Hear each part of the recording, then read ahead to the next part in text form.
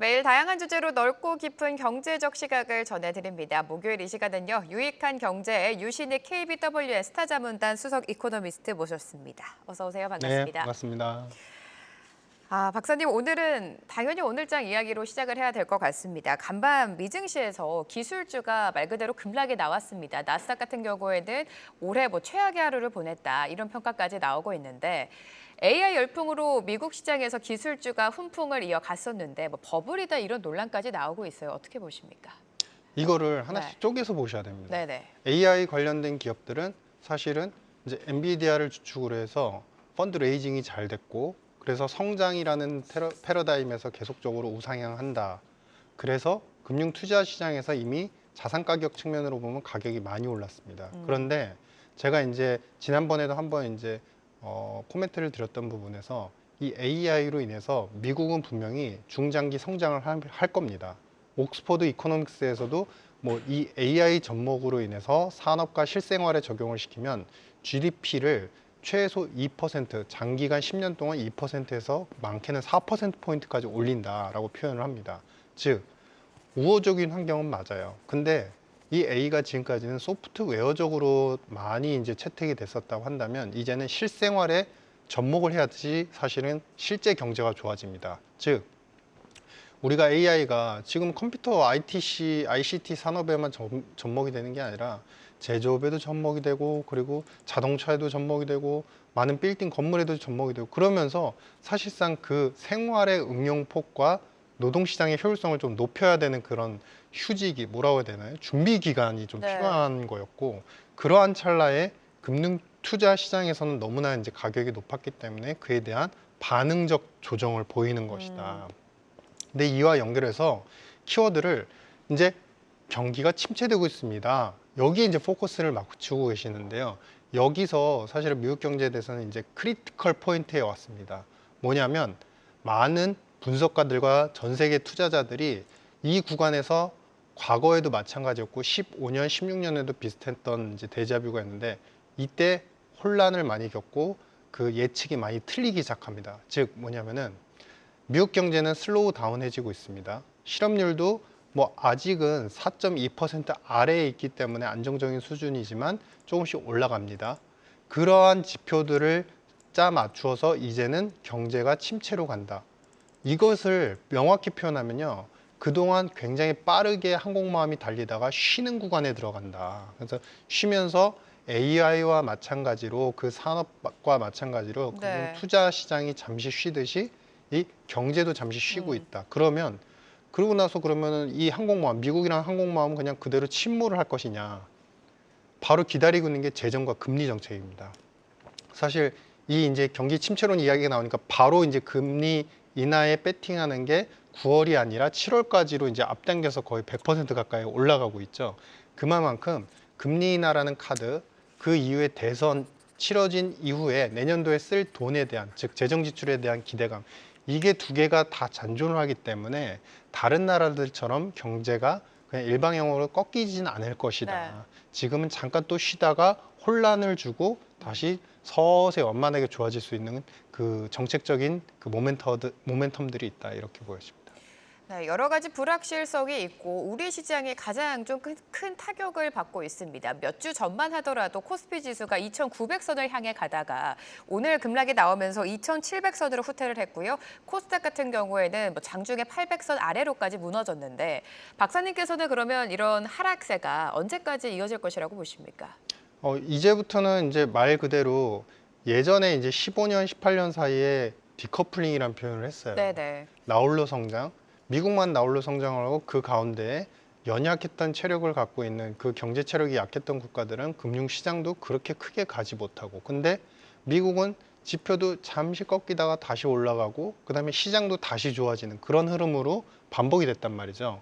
즉 이야기는 뭐냐면 이제 우리나라 경제 그리고 우리나라의 산업별로 분명히 미국이 좋다 한들 사실상 좋은 부분과 좋지 않은 부분들을 우리나라는 극명하게 지금 갈리고 있거든요. 그렇죠. 그래서 그런 산업별로 상당히 많은 악영향을 받을 수 있는 그런 개연성이 있고, 말 그대로 아주 쉽게 얘기하면 저쪽에서 기침하면 우리는 이제 몸살을 앓는다라는 표현처럼 미국 경제는 어쨌든 무언가 할 수 있는 선택의 여지들이 금리 인하뿐만 아니라 재정 지출을 더 확대하고 대선 이후에 또 드라이브를 걸고 너무 많습니다. 근데 한국은 어찌 보면 안타까운 현실이 미국의 반도체 산업이 좋아지는 거, 그다음에 바이오 산업이 좋아진 거, 화학 산업이 좋아진 거, 거기에 따른 뭔가 혜택만을 많이 기다려야 되는 입장이다 보니까 미국 금융시장에 변동이 있으면 변동이 있는 만큼 우리나라의 금융시장은 다 그것들이 그대로 전이가 될 가능성이 상당 부분 단기간 존재한다. 네. 이렇게 보여집니다.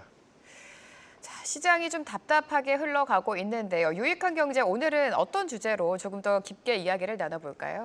이러한 네. 혼란이 오기 전에 사실은 그런 이제 우리가 대선 이슈 때문에 한바탕 약간 변동을 겪었죠. 맞아요. 트럼프발 네. 반도체 조정이 있었죠. 네. 그러니까 불안이라는 거는 항상 개연성은 없고 인과관계가 없는데 하나씩 하나씩 오기 시작하면서 불안을 증폭시키고 그것이 이제 시간이 많이 지난 이후에는 1번, 2번, 3번, 4번, 5번이 관계가 없는데 알고 보니 이거는 다 침체, 그다음에 컬래스프 우리가 뭔가 붕괴 이런 것들을 의미한다라고 생각하게끔 만들어요. 특히 금융시장의 발작은 그런 현상들이 많이 나타나거든요.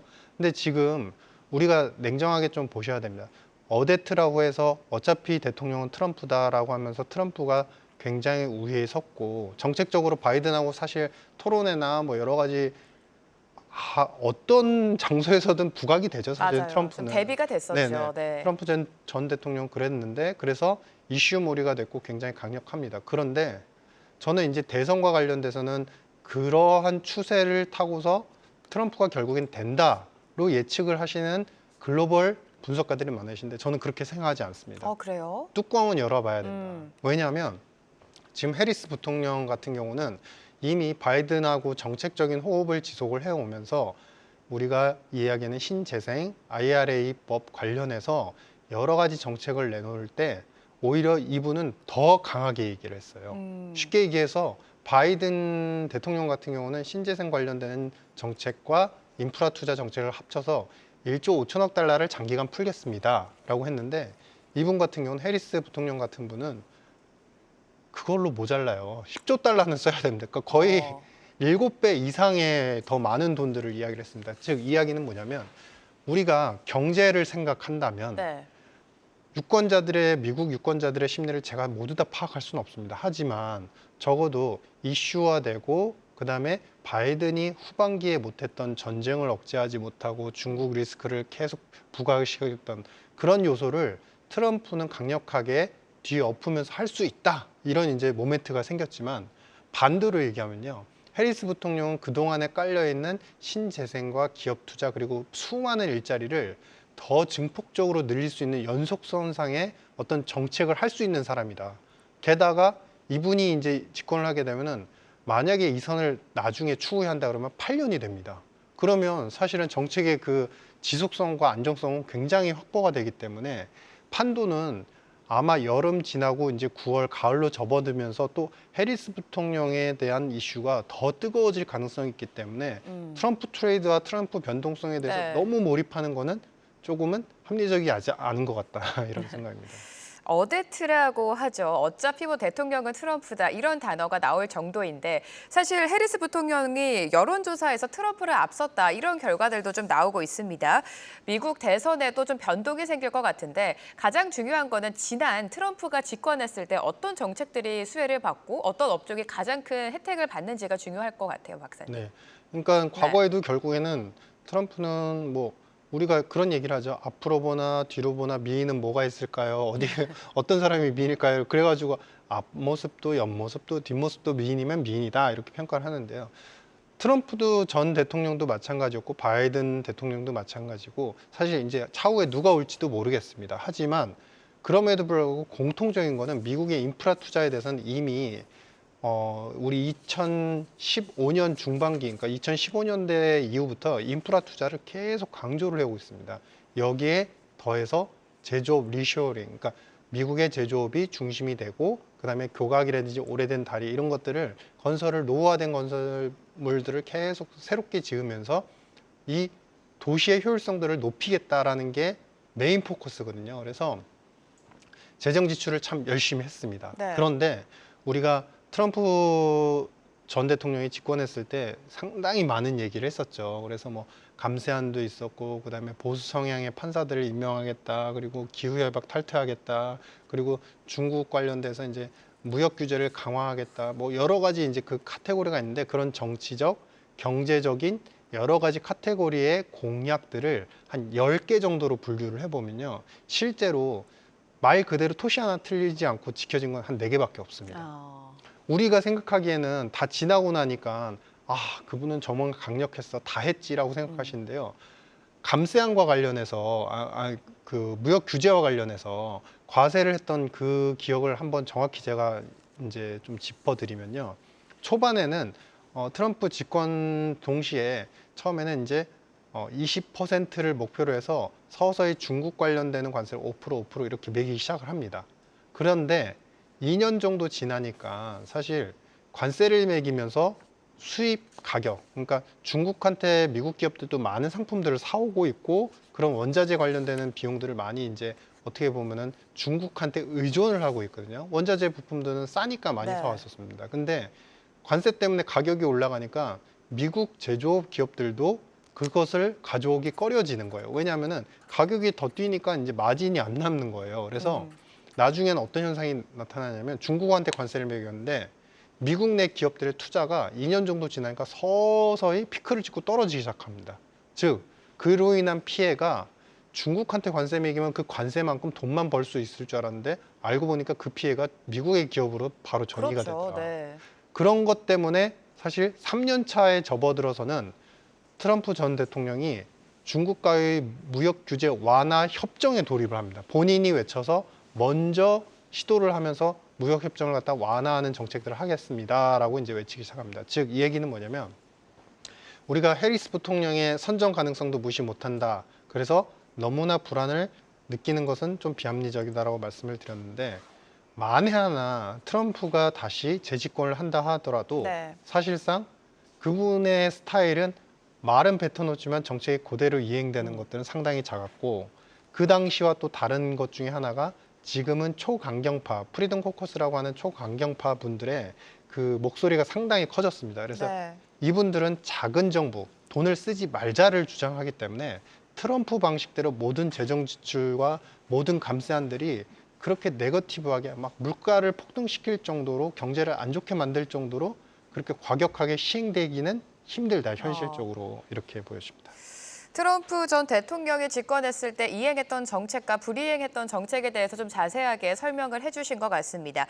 지금 댓글로 질문이 올라오고 있는데 하나만 살펴보도록 하죠. 닉네임 부동산 편파 중개님께서 그나마 미국 대선이 있어서 이 정도로 버티는 거지, 아니었으면 시장에 벌써 큰 조정이 왔을 것이다, 이렇게 바라보고 있는 것 같아요. 어떻게 보십니까, 박 네, 기자님? 맞습니다. 지금 이 표현이 사실은 제가 앞서 말씀드렸던, 미국이라는 항공모함은 휴지기, 잠깐 쉴 수는 있지만 다음에 또 뭔가를 기다릴 수 있는 모멘트들이 항상 있다. 네. 그래서 미국을 우리가 경기 침체 바로 나락으로 갈 것처럼 우리가 생각하는 건 비합리적이다, 이렇게 표현드렸는데, 대선이 있고, 대선이 있은 다음엔 항상 뭐가 있죠?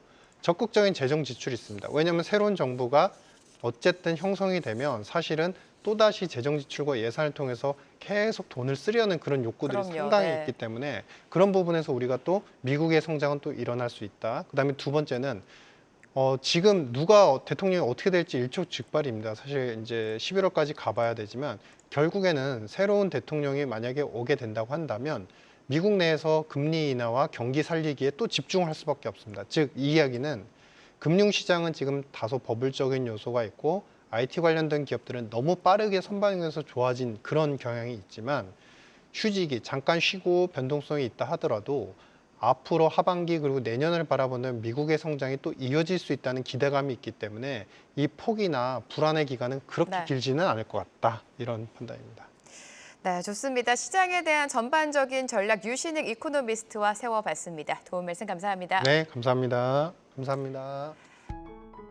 계속해서 다양한 경제 이슈를 알고 싶다면 구독과 좋아요, 알림 설정 부탁드립니다. AI 캐스터 권미정이었습니다.